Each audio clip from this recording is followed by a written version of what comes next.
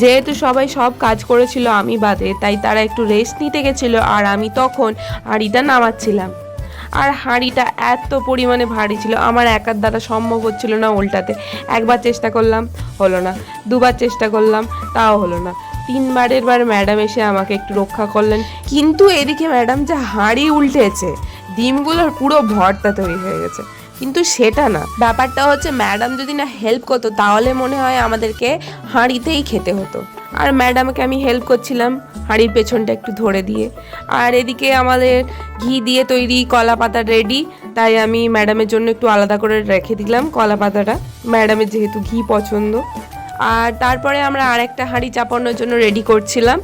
By the way, আমাদের পিকনিকে কিন্তু বেশি লোকজন ছিল না, কিন্তু তোমরা ভাবতেই পারো যে এত বিরিয়ানি তাহলে কিসের জন্য হচ্ছে।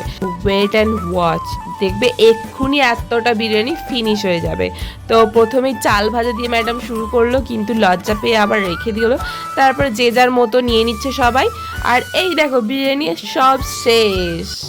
না, মজা করছিলাম, সিরিয়াসলি এতজন খেয়েছে, কিন্তু এখনো প্রথম হাঁড়ির এতটা বিরিয়ানি পড়ে আছে। তো যাই হোক, এইভাবেই অনেক মজা করে আমাদের পিকনিকটা সম্পন্ন হয়েছিল।